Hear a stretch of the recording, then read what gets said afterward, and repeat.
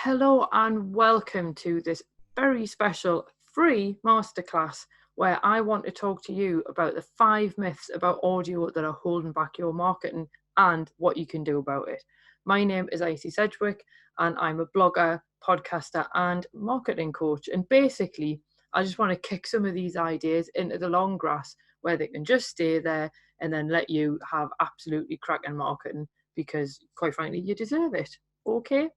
So this is what you're going to learn in this masterclass. I'm also going to stress before I even start, I'm not going to do the typical thing that you always get with these things where you get like 10 minutes of someone's sob story and how their life's now amazing, and then 10 minutes of them telling you what they're going to tell you, and then 10 minutes at the end where they recap what they've told you, but then you realize you haven't actually learned anything. That is not my jam, my friend. So we're going to actually look at proper content that's going to be able to help you with your marketing and all that lovely fun stuff. So are you ready? I'm going to assume that you are. What are you going to learn?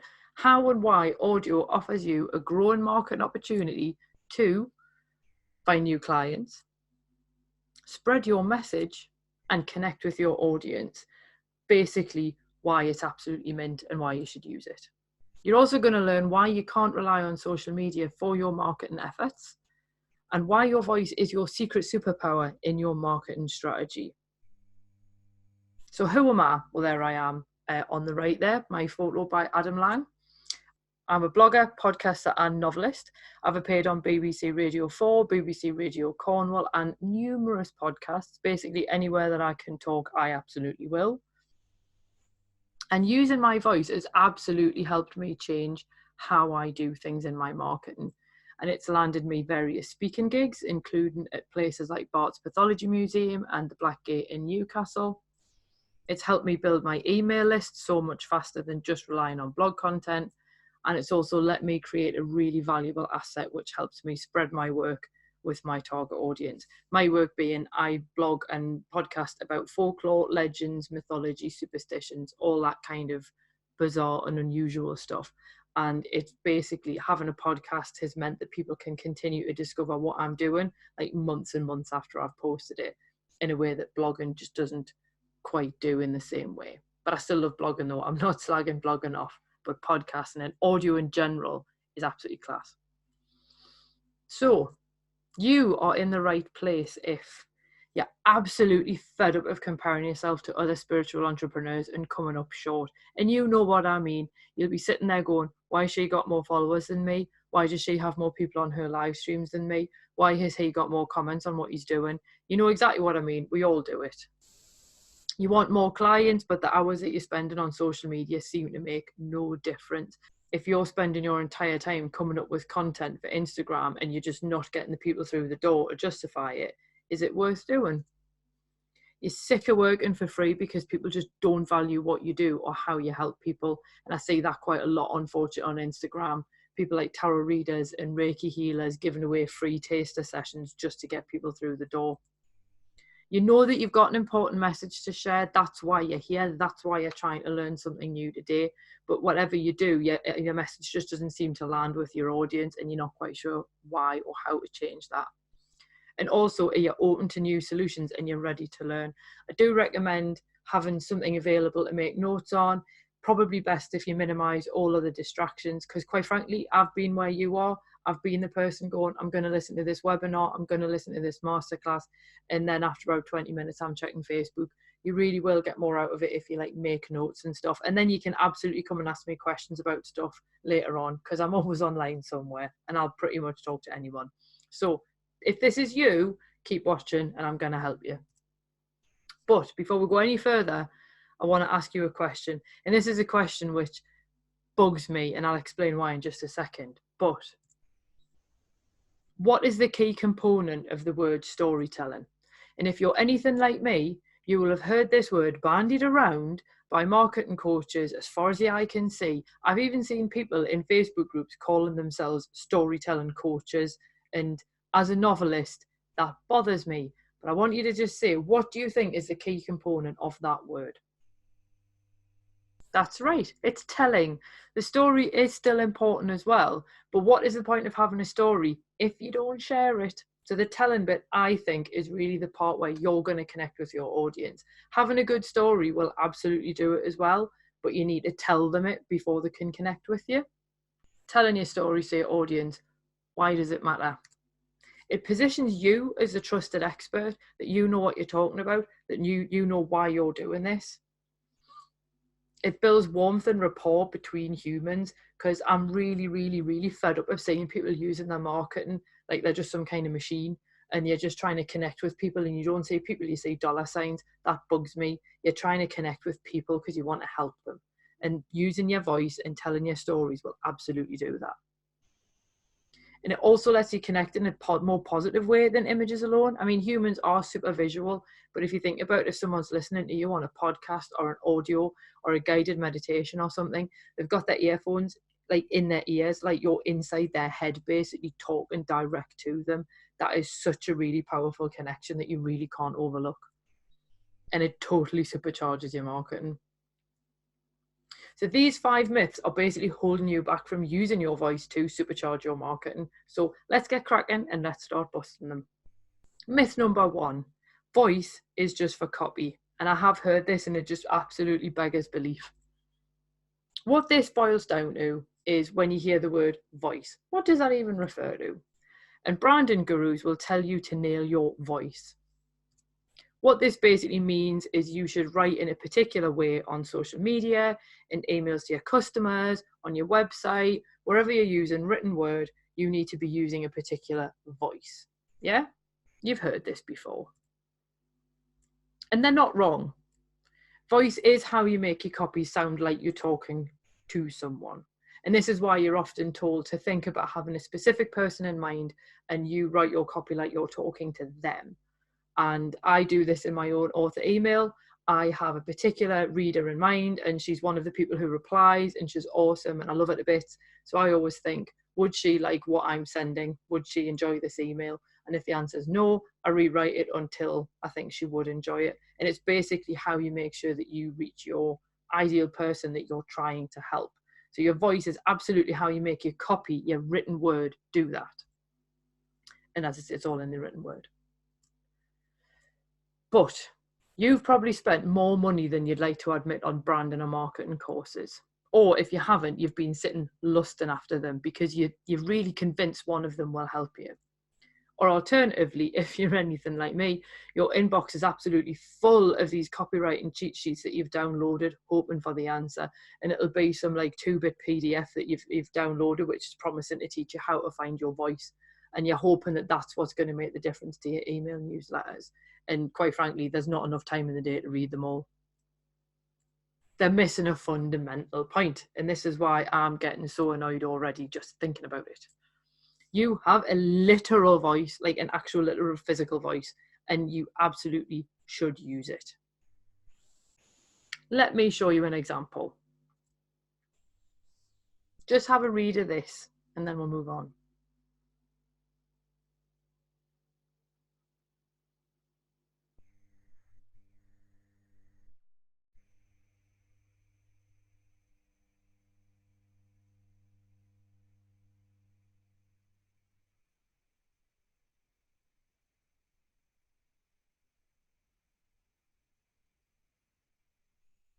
You done? But here's the other version of it.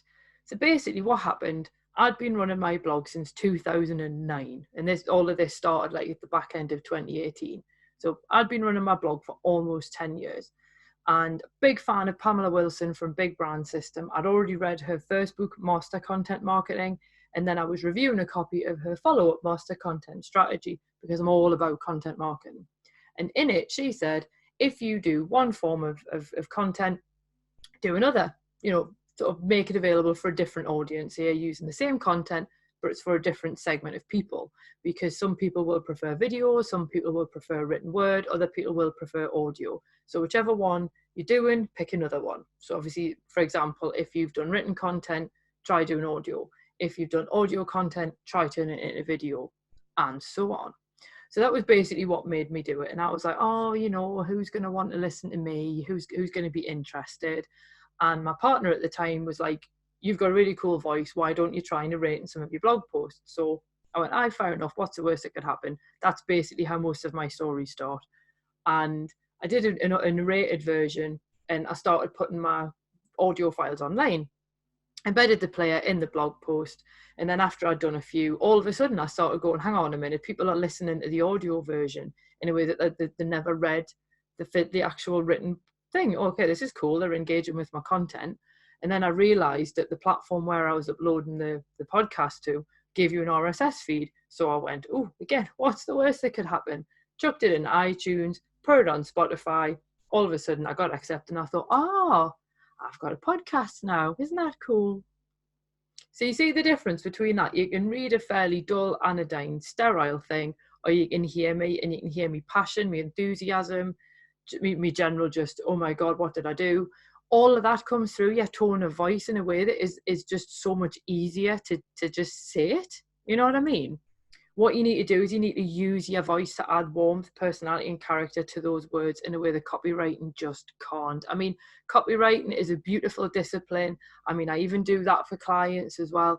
I absolutely have so much respect for it, but there is just something about using your actual voice that you can't really replicate. You can literally talk to your audience. And when you use your voice, you're another human being talking to another human being. You're not just a marketing machine. And I'm all about the people-centered marketing over here. And I did say that I was going to explain why you can't rely on social media. And basically, this is it. Because image-based sharing makes it really difficult to stand out, because everyone's using the same templates that they found online. Everyone's basically sharing the same kind of flat lays, the same imagery. And yeah, there's the inspirational quotes and everything. And that's all well and good, and it's a really good way to create a brand, but it does make it really, really difficult to stand out. So when I'm saying that you can't really rely on social media, you have to in order to promote, even when you're doing audio, but you can't just rely on putting up pretty pictures and hoping for the best. And a lot of the content is really pretty identical, but the minute you use your voice, you cannot sound like someone else. You cannot pretend to be someone else, and you instantly differentiate yourself from other people. And algorithms change, hashtags fall out of fashion. And again, you're going to have this no matter what you use for marketing, because it's just the way of the world these days. But with algorithms, if you're using something like iTunes or Spotify or whatever, people can find you with search terms. And obviously the algorithms will work off things like if you've got a podcast and it's really popular, it'll recommend you to other people. So yeah, it's an algorithm, but it's not really going to change that much compared to something like Google. And obviously, if a hashtag falls out of fashion on Instagram and that's the one you were relying on, again, you don't have so much of a problem if you're putting audio content out, because somebody can discover your podcast. You could have 4 seasons of a podcast and somebody can still discover it in you. You can promote yourself on other podcasts and you can get yourself in front of a big audience, because audio doesn't have to just be you putting a podcast out. It could be being on someone else's. And this is the thing. You aren't just relying on playing on someone else's turf, which is basically what social media is. You're putting yourself out there and a bit more of yourself out there in a way that you can kind of circumvent hashtags changing, because marketing tactics always change. I mean, they're going to be different in a couple of months' time based on what they are now. That's just the way of the world.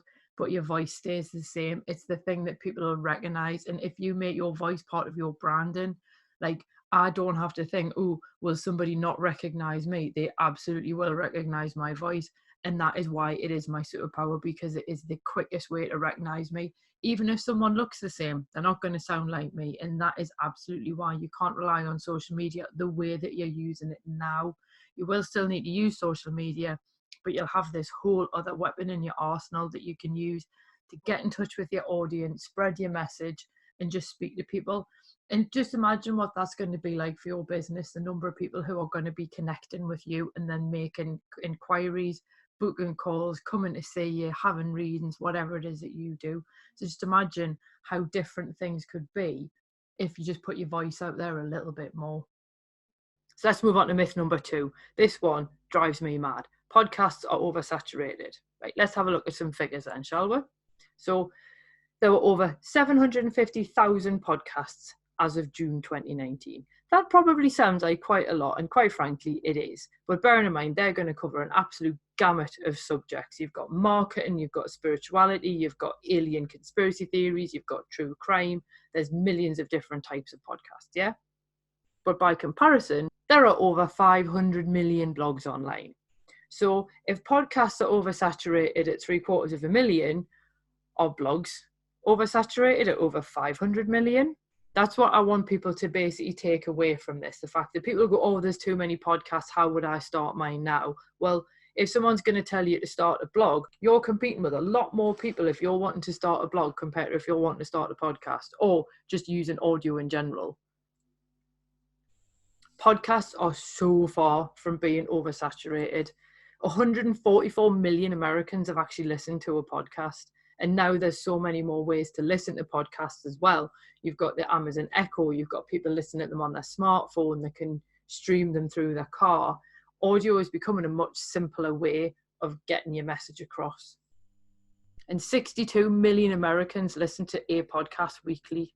That's almost 4 times more people than watched the last episode of Game of Thrones when it premiered. So people saying, oh, no one listens to podcasts. Well, I think this particular figure speaks for itself, don't you?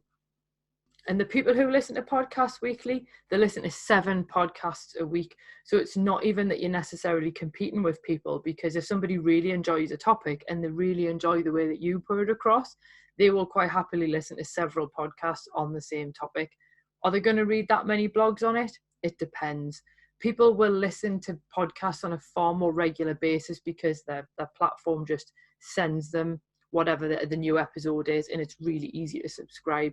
Whereas with blogs, unless someone's emailing and say, I've got a new post available, because of the death of the RSS reader, you don't tend to have the same revisiting things. So people will subscribe to podcasts and they will consume them. And imagine what that could do for your business. People listening to 7 podcasts weekly, and yours is one of them. Listen, because listeners won't just listen to one show, they'll listen to several, so there's actually less competition for you. So you've got fewer podcasts in general compared to blogs, and then you've got people listening to multiple ones. I mean, how cool is that?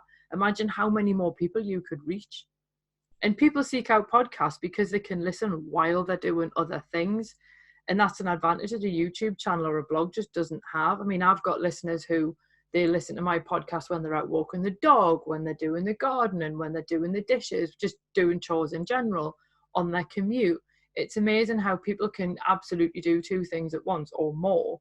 And you can be the voice in their ears that makes that chore more bearable. And just think how that's going to make them feel about you. And if you're trying to sell spiritual or healing services, you want them to trust you. And you want them to get to know you, and you want them to feel that you're someone that they can turn to. And if you're talking in their ears while they're walking their dog, that is an amazing way of connecting with that person. Myth number 3. This is another one that absolutely crippled me for so long. You need to sound a certain way. If you've never heard my accent before, I'm from Newcastle upon Tyne in the northeast of England.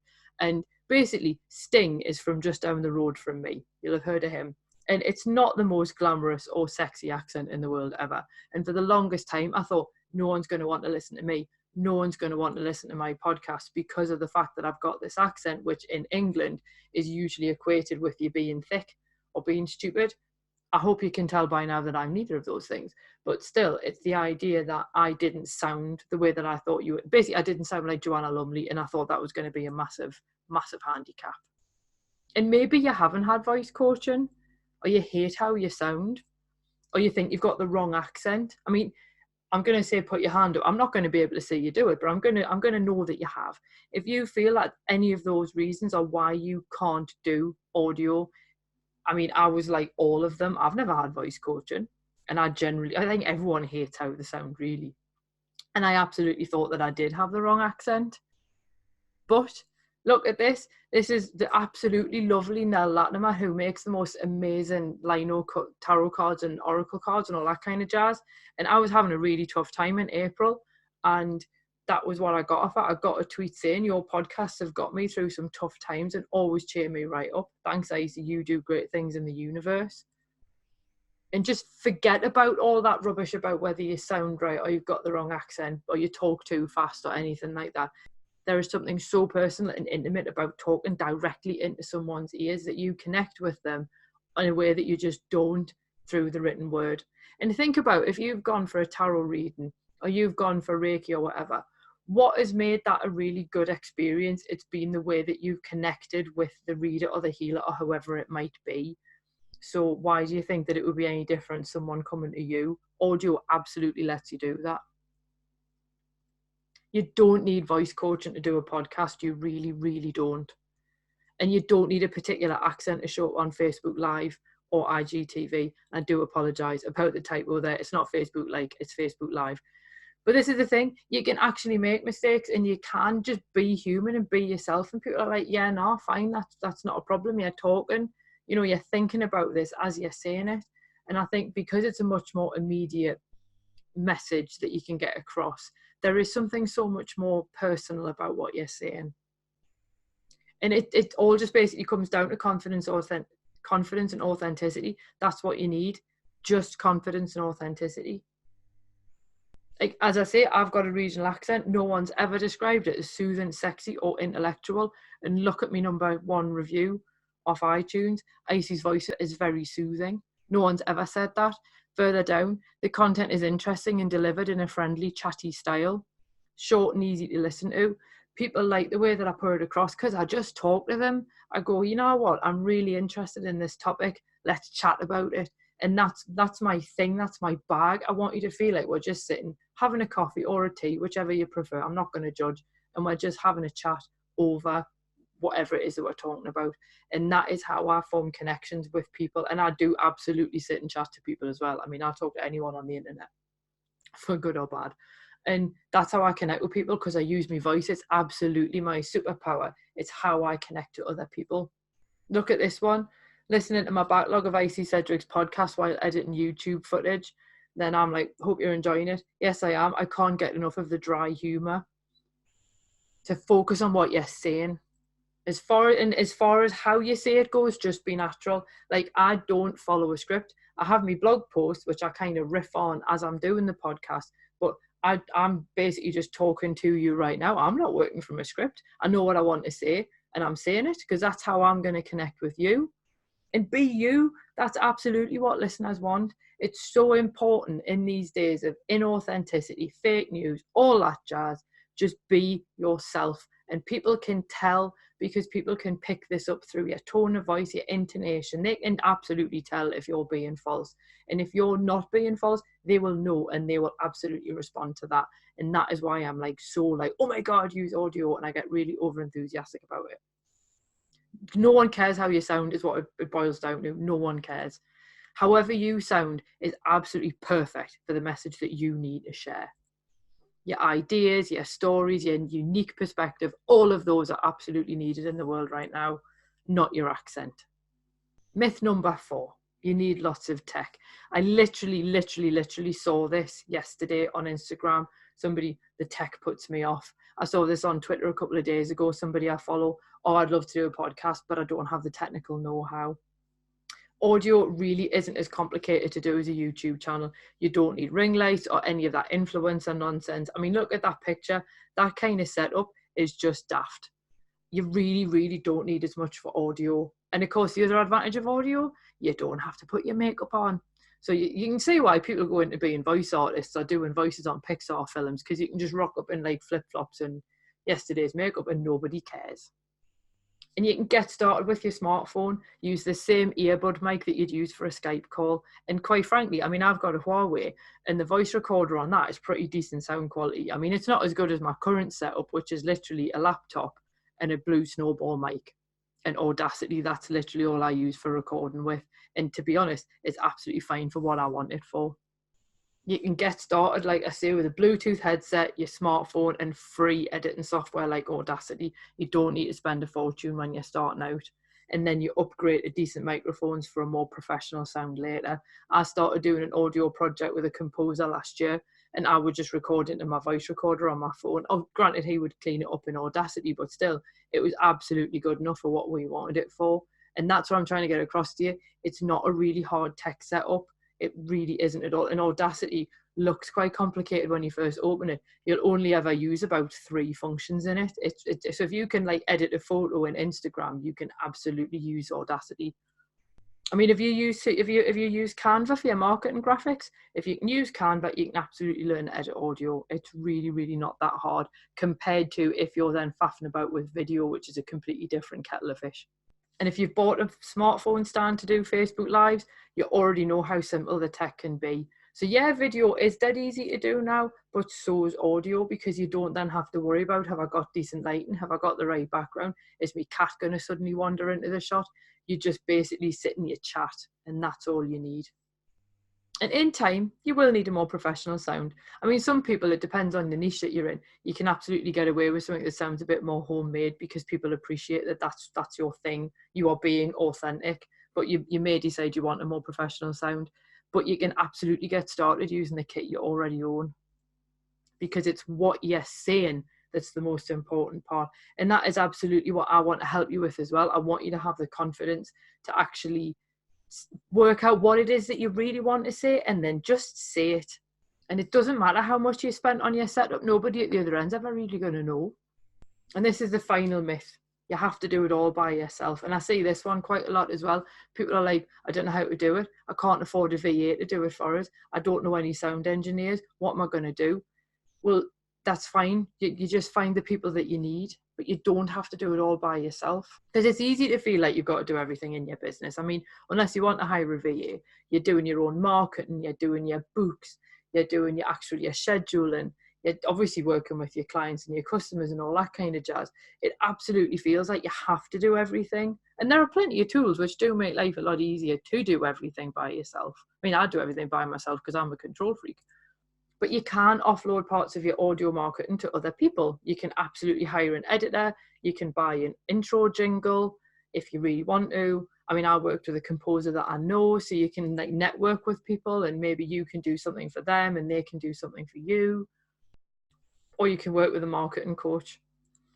Learn how to tell effective stories and share them with your audience. And this is the thing I was telling you before about storytelling. Yes, you need to learn how to tell. Absolutely important. You need to know how to structure what it is that you're saying, so you're not just rambling, but you need to have that story element there as well. And get over your fear of the tech. Like, working with a marketing coach can absolutely get you past that like tech fear. I've taught technology for about the last 8 years now, because that is part of my day job. Like, I teach Photoshop, Illustrator, InDesign, web design, all that kind of jazz.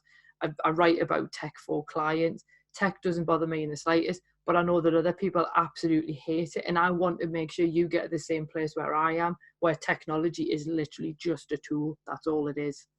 So think of a marketing coach like an Uber that you might get while you're hitchhiking. Yeah, you can stick out your thumb and hope someone picks you up. And, you know, maybe somebody will stop in 20 minutes. Maybe someone will stop in 3 hours. You don't really know. But you could just suck it up and pay the Uber driver, because they're going to get you to your destination so much quicker. And you're the only one who knows how badly you want to reach that destination. So what I want you to ask yourself is, what does that destination look like to you? Because it'll be different for everybody. But what does that destination look like to you? Where is it that you want to be in 3 months' time, 6 months' time, a year's time? Do you want to be helping more clients get the help and the healing that they need? So you're just sharing love, man. Do you want to get your message out into the world and change lives? That's what I'm doing. Like, I'm so passionate about people just actually speaking up. And it's really funny, because the fact that the last few weeks, like, literally all I've had is people being like, yeah, no, I'm going to talk over you. I'm going to interrupt you. I'm just going to completely dismiss all these years of experience and so on that you've got, because I think I'm right, because I found something on Google. And I could sit there and I could make myself small and I could make myself not join in. But I'm like, no, I've got a voice and I've got things that I need to say and I've got things that I want to share. I'm not going to sit idly by while you sit there and say that tarot cards are the devil's picture book. I'm absolutely going to say something, because somebody needs to. Imagine if Greta Thunberg had never spoken up, you know what I mean? So for me, getting your message out into the world and changing lives is huge. It's like, it's part of the reason why you're here. And maybe you want to quit your day job so you can focus on the work that you know you came here to do. You know that you weren't supposed to be you know, grinding away sort of in an office somewhere, or working in retail, or serving people coffee who don't even remember your name. You could be doing any of those things, and you might enjoy them. You might be good at them. I don't know. But you probably know that that's not why you're here, and you want to do that. You want to be doing the thing, and it burns because you're not doing the thing that you know that you came here to do. But I need you to think about what that destination looks like to you, because then you know how badly you want to get there. So if you know that you want to improve your marketing and you're keen to try audio, book a free call with us and we'll see if I can help you. It might well be that you've just got a couple of really simple questions and I can go, iSound, this is what you need in order to do it, and that's fine. That's basically what I want you to think, how badly do I want to get to that next level? How badly do I want to get my message out there, connect with people, earn more money so I can quit my day job and just spread the joy? You know how much your outcome matters to you. I don't. I can just merely guide you there, but you know how much you wanted to change. And if you know that you wanted to change and you'd think, you know what, actually, yeah, I want to be where this kid is. I want to be doing the same thing she is. I want to be reaching people with my podcasts and having people say, yeah, I really love what you're doing. I'm catching up with all your episodes and blah, blah, blah. You might want to be in the same place, in which case, please book a free call. It's no obligation. We'll have a chat. And if I can help you, I will. But basically, that's what you need to do. Book a free call in the link and we'll see if I can help you. Okay, so that's, I've probably thrown a lot of information at you very, very quickly, but what I want you to take away from this is your voice absolutely can be the thing that differentiates you from another person, because everybody can put their beautiful images on Instagram of, you know, the nice setup and all their inspirational quotes and all that kind of thing. And everyone's Instagram feed can largely look the same, but there is only one you and there's only one of your voice. And that is the absolute thing that differentiates you from the next person. And I absolutely want you to just grasp that. And if that's the only thing that you take from this, great. And you can then use that voice for speaking gigs, for talking to clients. You can be thinking about TED Talks if that's your jam. You can be thinking about doing a podcast, offering guided meditations that people can then buy from you. You can think about doing online programs, whatever. Your voice is literally the linchpin of everything that you can then do next. Yeah, that's what I want you to think about. So if you think that I can help you, book a free call and we'll have a chat. But otherwise, I hope you have an absolutely marvelous day, whatever it is that you're doing. And I really, really, really do hope that I speak to you soon. Cheerio.